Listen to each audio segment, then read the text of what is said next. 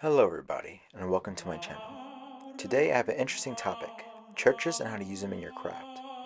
Now, I understand that the common neo-pagan today may rebuke and immediately cleanse oneself with their wise sage if they even so much as heard the word church.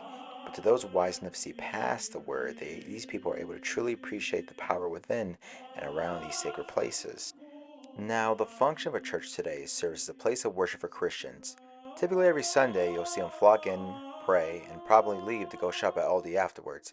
But historically, many churches have been built upon pagan temples, or sacred places to both reinforce the church's authority and to convert the local people. A great example would actually be the Santa Maria sopra Minerva, which literally translates to Saint Mary above Minerva. This church in Rome was for many centuries a place where the practitioners of Minerva would go and sing hymns of her glory and even praise her with devotional offerings. Although the place has long been abandoned and converted, it still held on to that holy and sacred energy that to this day continues to attract followers of Christianity, as it did with the pagans before them. This concept of a sacred space or land is nearly universal in all human religions, and it can be used in various ways, as I will explain.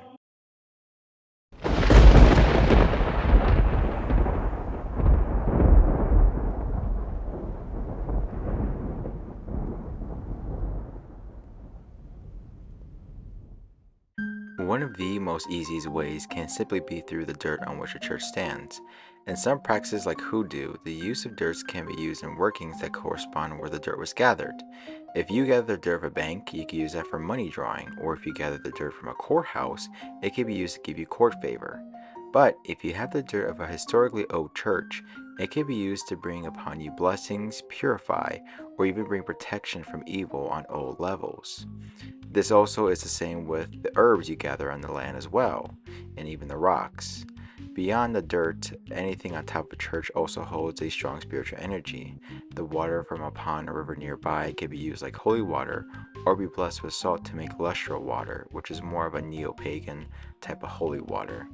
Even the plants or trees can be collected at a potentate to your spells. In this example, I see strawberries and rose hips, which are great for love. And coming onto this clip as well, I found a nice hawthorn tree. The hawthorn is really good for Belton and May Day, and it's said to be very closely associated with fairies, and as well with divination as well. I also found upon me a pear tree as well. I know it's good for love, and it's good with the element of water workings as well, but overall they're both great woods for wands. Not only for these qualities is the churchyard a potent place to gather good herbs or soil, but much like with the crossroads, these are places where it can remove and dissolve things spiritually.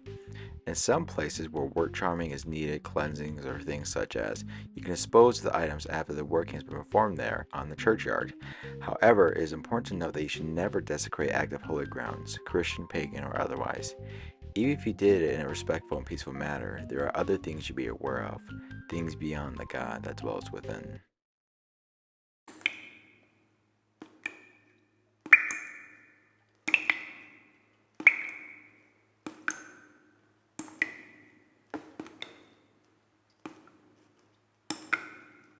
Another interesting way to use churches is for divination. Churchyards themselves, as I mentioned, have a potent energy, which makes them a center for liminal activities. But if the churchyard has a cemetery, then this is especially the case. Upon these grounds, one can employ spirit contact to gain wisdom from the past, present, and future. Or, if the practitioner desires, they can even perform an Arshgong, or a yearly walk in English. I am somewhat familiar with this form of divination, but Arth Hooger on his channel explains it far better in detail than I. But to sum it up, one must go to a church around midnight, and up to that point they must fast for 24 hours. Only then they will walk 7, 9, or 13 times around a church counterclockwise, and this will allow them to encounter a number of supernatural phenomena, and everything they shall see will be an omen for the upcoming year.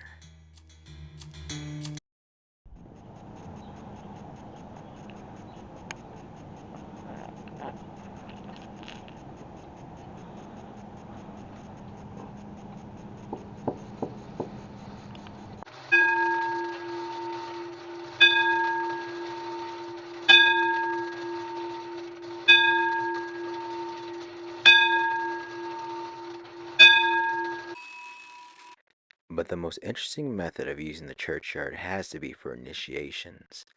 In some remote places, where if one wanted to learn the old ways, They would often have to initiate themselves into the craft.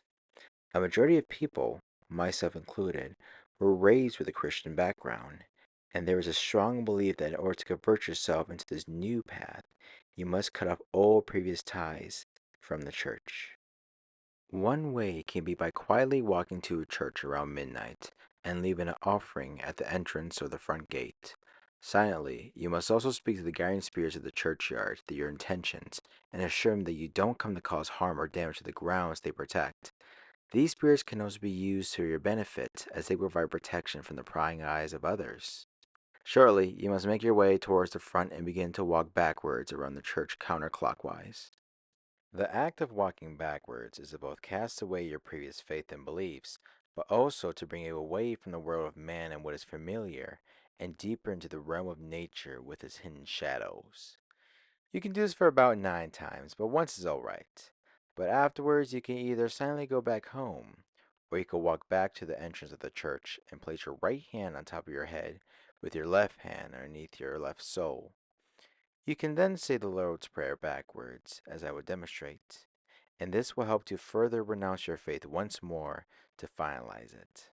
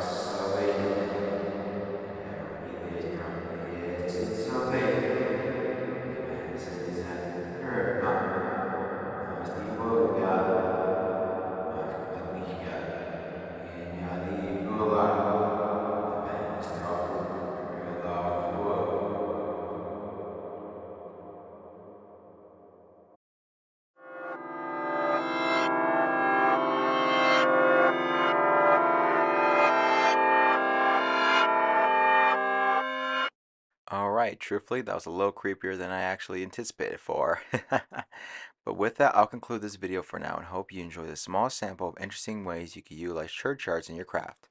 I find these methods to be very beneficial to those who live far away from pagan sites and to those who wish to reclaim what was once ours. I also love some books you could read that can touch on the subject with more detail and some videos as well. That's it for now. I'm AC Weesey, and I'll see you later next time.